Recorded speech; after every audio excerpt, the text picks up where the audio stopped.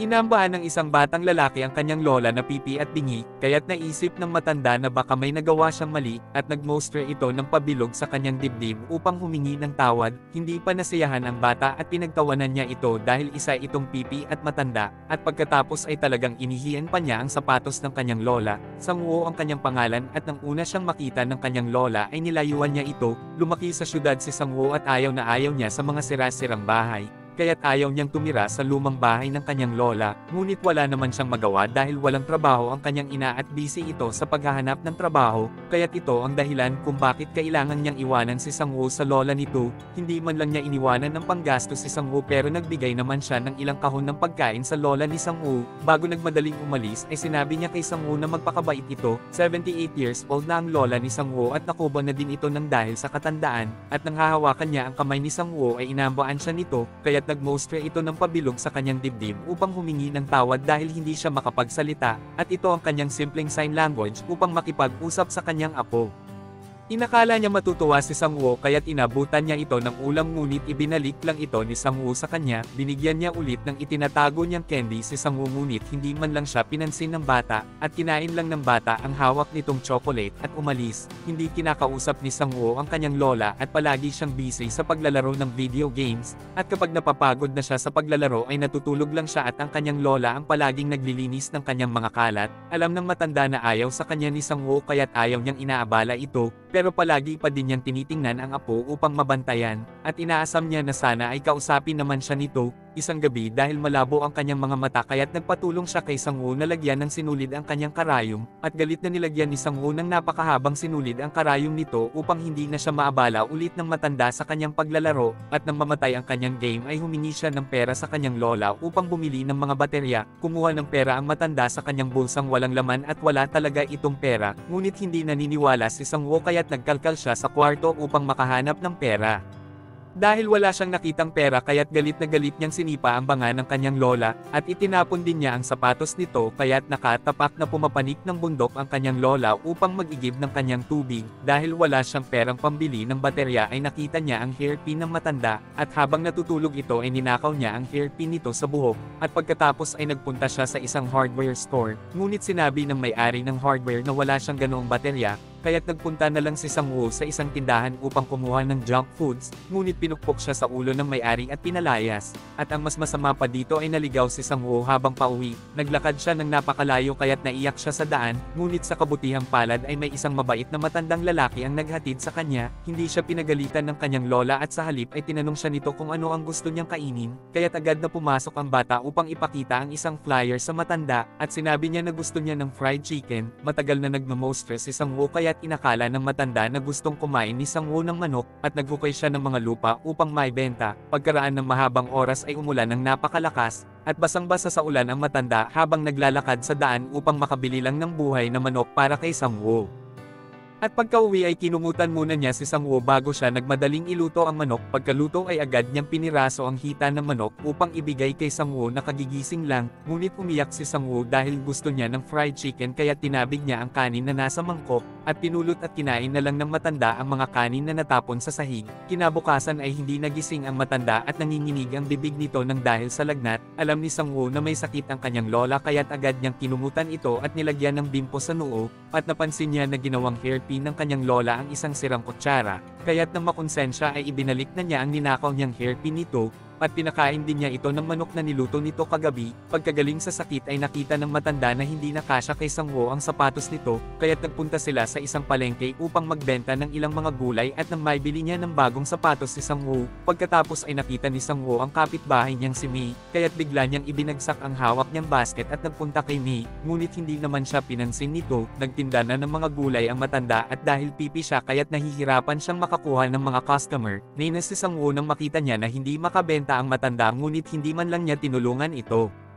Pagkatapos ay binila na ng matanda ng bagong sapatos si Sang-woo at pinakain din niya ito ng noodles habang tubig na lang ang kanyang iniinom. Pagkatapos ay nakita ni Sang-woo na ibinayad ng kanyang lola ang lahat ng pinagbentehan nito ng gulay kaya't nakonsensya siya, at hindi na siya nagpabili ng baterya sa matanda nang madaan sila sa isang tindahan. Pagkaupo nila sa isang bus ay tinanong siya ng kanyang lola kung ano ang gusto niyang kainin, at itinuro niya ang batang kumakain ng choco pie. Pinulot ng matanda ang wrapper ng choco pie at saka nagpunta ito sa isang grocery. Ipinakita nito sa may-ari ang wrapper kaya't binigyan siya nito ng choco pie. Hindi na siya pinagbayad nito kaya't ibinigay na lang niya ang kanyang itinitindang gulay dito. At bago umalis ay sinabi ng may-ari na hindi ako makapunta sa iyo dahil sa tuhod ko, at huwag mong kakalimutan na puntahan ako bago tayo mamatay at magkikita pa tayong muli. At nag-aalala pala ang may-ari dahil baka ito na ang huli nilang pagkikita. Samantala sa bus ay naiinis si Sang-woo dahil masayang nag-uusap si Mei at ang isang batang lalaki na nakaupo sa pagitan nila. Bumalik na ang kanyang lola kaya't kinuha na niya ang baniling choco pie nito.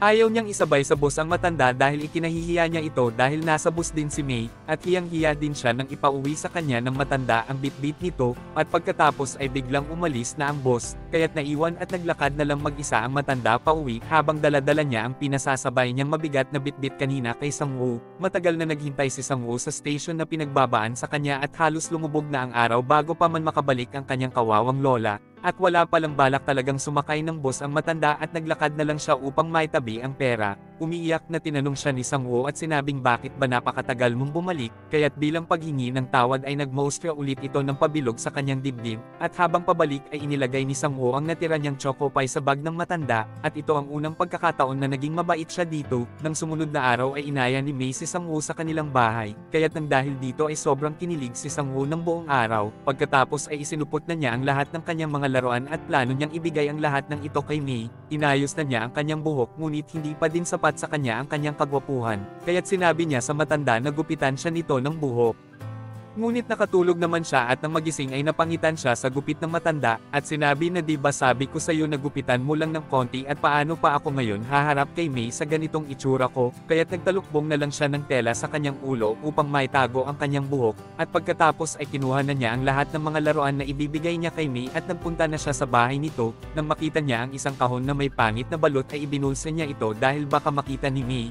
At pagkagaling kila Mei ay masayang-masaya siya habang daladala niya ang niregalong Rogue Rabbit nito sa kanya, at pagkatapos ay sinakyan niya ang trolley ngunit nagdire-diretso naman ito pababa kaya't nasugatan tuloy ang kanyang tuhod. Pagkatapos ay biglang narinig niya ang pagsigaw ni David na bilis tumakbo ka na dahil ayan na ang baka. Inakala niya na pinaprank lang siya nito ngunit bigla niyang nakita na paparating na ang baka sa kanyang likuran, ngunit hindi naman makatakbo ng mabilis si Sang-woo at bigla siyang nadapa, kaya tinulungan siya ni David at ito na lang ang nagpahabol sa baka, at pagkatapos ay humingi siya ng sorry kay David, at kaya pala ay prank pala niya ito dati habang may dala itong mga kahoy na pasan-pasan ay sinabi niya na paparating na ang baka, kaya't nang dahil sa takot ay agad na nagtatakbo ng mabilis si David at nadapa ito, at pagtingin niya sa kanyang likuran ay wala naman palang baka.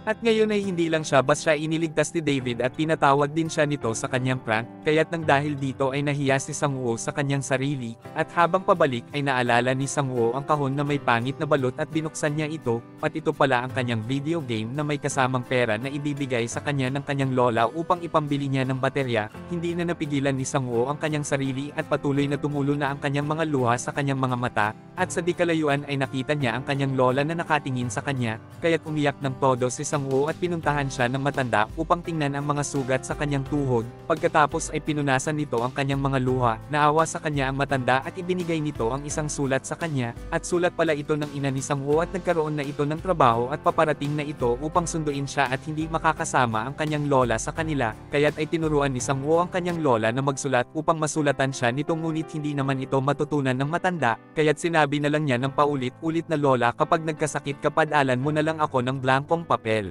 At pag natanggap ko ang sulat mo ay agad kitang pupuntahan dito, at pagkatapos ay nilagyan na din niya ng mga sinulid ang lahat ng karayom ng kanyang lola, dahil nag-aalala siya na mahihirapan itong maglagay ng sinulid kapag wala siya. Pagkatapos ay sumakay na sila ng kanyang ina sa bus, bumaba ulit si Sang-woo upang ibigay sa matanda ang isang card. Kumatok ang kanyang lola sa bintana ng bus dahil ayaw nitong mawalay sa kanya ang kanyang mahal na apo, ngunit hindi na makalingon si Sang-woo dahil naaawa siyang tingnan ang kanyang lola, at nang paalis na ang bus ay hindi na din niya napigilan ang kanyang sarili na tumakbo sa likod ng sasakyan, at nagmostre din siya ng pabilog sa kanyang dibdib kagaya ng ginagawa ng kanyang lola at nagpaalam, at talagang umiyak at humihingi siya ng tawad dito, at habang paalis na ang bus ay hindi niya alam kung kailan ulit sila magkikita ng kanyang lola, at sa huli ay ipinakitang dahan-dahan na naglalakad ng mag-isa pabalik ang kanyang lola sa lumang bahay nito, at ipinakita ang card na ibinigay ng kanyang apo sa kanya.